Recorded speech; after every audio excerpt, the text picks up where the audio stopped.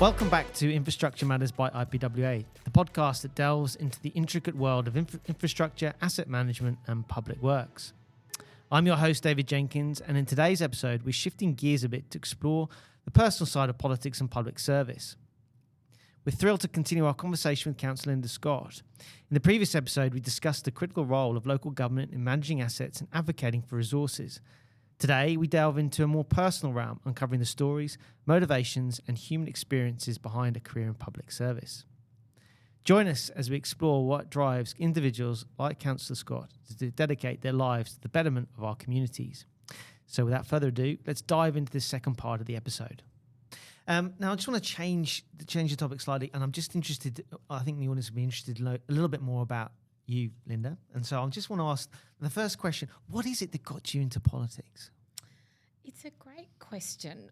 Really, I am a failed psychologist. I trained to be a psychologist, and I was lucky enough to grow up in a household with a younger sister who was born with an intellectual disability, Down syndrome. She's just the best person, but it was really apparent to me from a very young age that there was quite a significant inequality between us both, and that where support was needed, perhaps from our parents or school or other community organisations, that of course that should go to her more than me. And that just seemed to me to be an incredibly obvious principle growing up that I only understood was not a universal belief when perhaps I started to go to university and saw and met lots and lots of people with quite different values from me. Yeah. So I was lucky to grow up in that household and see the incredible contribution that my sister can make, but also to understand and grow up with a set of values that really motivated me to support people who need more support than others. I then, thinking about going into the helping professions, trained to be a psychologist and was so lucky to have that incredible training and discipline. It's why I'm so interested in local government in the human services element. Our first campaign we ran at Local Government New South Wales was to double the library funding. That's not the most common local government campaign, but I was delighted we succeeded, and I still remain incredibly passionate about libraries. I managed to get the City of Sydney to waive all our library fees, and unsurprisingly, we actually got all these books back that we hadn't seen for years. You know, there are all these unintended consequences. But as I developed my skills more as a psychologist, I began to see people who were presenting with mental health problems, but their mental health problems were so often as a result of the circumstances they were in. And I remember a particularly lovely gentleman who I was speaking with. He'd been referred for anxiety, having come through an emergency department for health concerns with his heart. It took me, I'm sad to say, too long to realise that he actually didn't have teeth and he couldn't eat protein. And so he was actually just hungry. And as a result, he was experiencing pain in his chest. When there was nothing wrong with his heart, he was diagnosed with anxiety, which he really didn't have. He was just hungry and needed a public dental system, which had a waiting list years long. I found myself increasingly frustrated by these realisations, and so after a couple of really great roles, made a decision to get more involved in the Labor Party and the Labor movement, and to ultimately run for local government. I was also really lucky to grow up at a time when Tom Uren, who was a former federal senator, was very involved in the Labor movement, and I will never forget the day I spent sitting on his beautiful home in Birchgrove on Anzac Day one afternoon as he watched the Anzac Day march with tears rolling down his face. He was a veteran and very moved by that every Anzac Day, talking to me about the role of local government in supporting communities to achieve peace, supporting communities to achieve well-being, and really great outcomes to reduce inequality, things that I felt very passionate about. So I was very lucky to be surrounded by these incredibly wise people who taught me about the great benefits of local government and was very motivated to run for the City of Sydney on the basis of that. So it's very personal to you. You've got a number of personal stories, and then that's why you essentially got into this world. But what are the when you start thinking, okay, I want to get into politics, I want to get into local government politics. What is it like? What is the perceptions, and then what are the actual realities? So you go and you go, I've made this decision. That's what I'm going to do, and a lot of people see it, have a call around what that looks like. But when you're actually in it, what is it really like? That's such a great question, because of course when you first run in an election, you have such a romantic idea about the importance of what you're doing, and those principles and those values you hold dear. Of course, you are really motivated by those. And much of the reality is like that, but I don't want to pretend that it's not a role without frustrations or many mistakes, of which, I perhaps have uniquely made every one in the book. When I first ran and was elected to council, my youngest son was born in the middle of my pre-selection, so it was quite preposterous, if I'm honest with you. I ran in a community pre-selection for the Labor Party, so thousands of community members who were not Labor members could vote in my pre-selection, and I distinctly remember giving birth to my youngest son and then sort of hitting the phones in the afternoon to keep calling and seeking support. I won quite unexpectedly, and so then was Labor's candidate for Lord Mayor in the City of Sydney. I think many people were quite amused to have such a sort of nobody run for council, but in doing so, it was a lovely community exercise. I'll never forget my federal member, Tanya Plibisek. We'd go to community meetings together and she'd speak, and then she'd take my son and, play with him for a few minutes while I gave a speech. It was a very collective exercise in getting elected. And having my children having grown up, their whole lives with a mum in local government must be quite a weird thing, as we sort of walk out the front door down to school in the mornings. Often people stop me in the street and they're very used to waving and getting to school on time as I stop to, fix a rubbish problem or get a piece of guttering fixed that's broken, for example. My son tells this story of during a campaign being out in the playground and one of the teachers saying, I was going to shout at you for doing the wrong thing, but your mum's staring at me from that big poster, down the block, so I won't say anything. Totally the wrong message to be sending my children. My children, I think, do envisage the City of Sydney's Town Hall as sort of their own Hogwarts. They've really grown up in that building and they're very lucky to have done so. But, they've seen all the long meetings and the difficult issues that have come across my desk. We'll see what kind of adults they grow up to be, I hope happy and healthy, but they've certainly seen the colour and movement of life, and they're really, I think, lucky to have been exposed to the incredible diversity in the City of Sydney. They have had some pretty difficult moments, though. I had one recently. I hesitate to tell the story. I was moving a motion on the City of Sydney Council to reinstate a statue in East Sydney.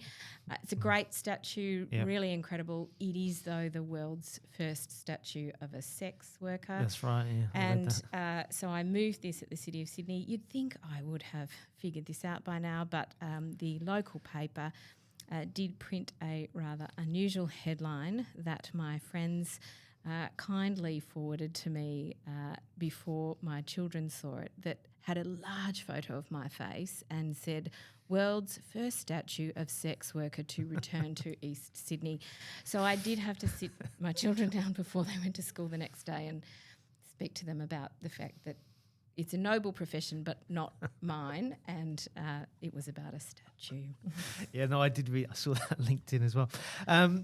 But what you've talked about, just in our conversation now, which has been fascinating, you've talked about the personalities that have shaped what you decided to do. You talked about your father, he's an environmentalist, how you got into local government. You talked about some of the people that have influenced you on your journey, the ups and the downs. Is there a couple of people that you really sort of look to that have really helped you when it's a challenging role that you do, roles that you do? Is there a couple of people that are really sort of mentored, helped you, and you really sort of a sort of foundation that really helped you on your journey? It is so difficult to name just a few because, as you can imagine, in my role, I'm so lucky to be on the receiving end of incredible advice and guidance and support. When I first started in local government leadership roles at Local Government New South Wales, again, I think it was quite unexpected to have, a left-wing woman from a city council leading a local government body. My election was probably a bit of a shock for many people. And I, as a city councillor, having really only grown up in cities, had a lot to learn about regional councils and remote councils in particular. I'll never forget going out for the first time to Balranald. That was my first regional council visit. And I arrived and got out of my hire car and shook hands with the mayor, and he swore, really black and blue as he sort of looked me up and down. And I was quite horrified, and I said, "What's wrong?" And he said, "You idiot, you're standing here wearing high heels, you're going to get bitten by a snake and die. What are you thinking?" So I had to learn how to dress properly. And from then on, I tell you, it was a Western Division conference in New South Wales. All the mayors, all the general managers, all the councillors just took me under their wing. They knew that for me to succeed meant that they would succeed. And so I have just been absolutely on the receiving end of the most wonderful engagement and advice. I visited every New South Wales council. I know still personally nearly every councillor in New South Wales, nearly every general manager, and they get in touch all the time. Now, nationally, of course, we work with local governments through their state and territory associations, but I had the Mayor of Hobart on the phone this week. They all get in touch, and that's incredibly valuable to me to hear their perspective. You also get this really unique perspective as ALGA president that I think most people don't realise, but you really I'm the only person that sits across so many different ministerial councils. Yeah. So I know most of the ministers in the country in all the portfolios that local government cares about, as well as National Cabinet and the Treasurers, infrastructure, transport, climate change, energy, the arts, Indigenous affairs, emergency management, a really wide range of portfolios. And it's fascinating to see how different states and territories handle these issues. And you do start to pick up the relative strengths and weaknesses of state and territory approaches and where national initiatives work, what's falling through the cracks between the ministerial councils. It gives you an insight that I think is very valuable and unique. And there's barely an elected representative in this nation that I now don't call for support and guidance. I'm, very proudly a Labor councillor, but I'm more proud that I have dealt with and had relationships with all the parliamentarians across all the parliament and all the political spectrum. I regularly go on Sky News after dark with some of my favourite people who are very conservative, very different views to me. But together we all work in the interests of local government, and I've found all those different perspectives very helpful. I mean, you can tell that I'm a massive extrovert, and so I do love people and working with them and hearing their perspectives. And I think that that guidance, even from the most conservative, federal members and senators through to, the most humble librarians, general managers in councils, I've had the great benefit of exposure to their advice and thoughts, and that has really shaped my political views in a very profound way and a very unique way that I feel incredibly privileged to have received. And I guess this leads nicely into my last question. What if we were to sit down here again in 10 years' time, you and me? What does success look like for you? What would you have liked to have achieved? Now, actually, let's shorten the time frame. 5 years' time. Well, a week's a long time in politics, isn't it? Okay, but let's do a reasonable time frame. What if we were to sit down 5 years' time, you and me? What did you say? Really, I'm proud of this. What is it I really wanted to have achieved? What I've set out to do? I entered politics to remove as many of the structural barriers to inequality than I could. And what I received the most satisfaction from is really tangible outcomes. I'm sure my poor children tire of the fact that every time we walk past a group of trees that I fought really hard to save, I point it out to them, or that I remind them of the time that we had perhaps unhelpfully for my own council, 600 skaters show up, having had a petition about installing some new skate ramps so that now we have the largest skate ramp in the Southern Hemisphere in Sydney Park. These kinds of local achievements bring me great joy. But nationally, I think we've really put local government back on the map in the Australian government in a way that it just was not under the former government. It is, of course, in large part due to the fact that we now have a Prime Minister who grew up in a City of Sydney house in Piermont Bridge Road in the City of Sydney, and he understood from a very early age the benefits of local government. But it's not from that alone. It's because we have had mayors and councillors across Australia engaging with the federal government in a new way, talking to them about what they need, and so that when the federal government listens, as they have, we've seen local roads funding doubled. We've seen, big new commitments to support local government infrastructure projects through the Housing Accord, through this new climate fund, through the disaster mitigation fund, these new big local government funds established for the first time and providing us with support.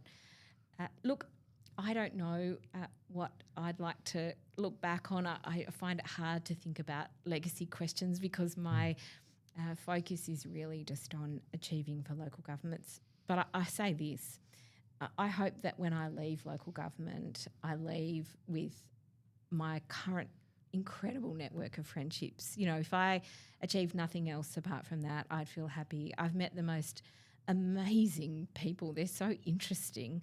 And if I leave with nothing else but a great group of friends to look back on, then I'll feel really happy.